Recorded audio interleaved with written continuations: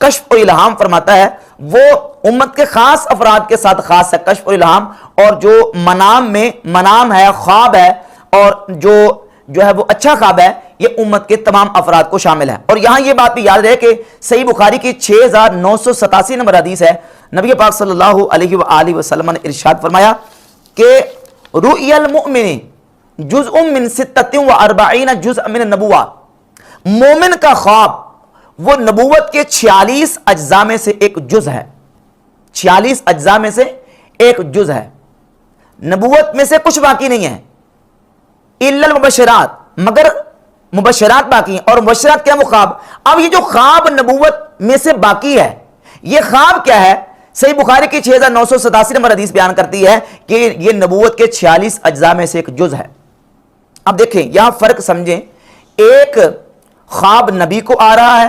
اور ایک خواب امتی کو آ رہا ہے۔ نبی کو جو خواب آیا وہ وحی نبوت ہے، سمجھے ذرا، نبی کو جو خواب آیا وہ وحی نبوت ہے، لیکن امتی کو جو خواب آ رہا ہے اس کو نبوت کا جز قرار دیا گیا ہے، نبوت نہیں۔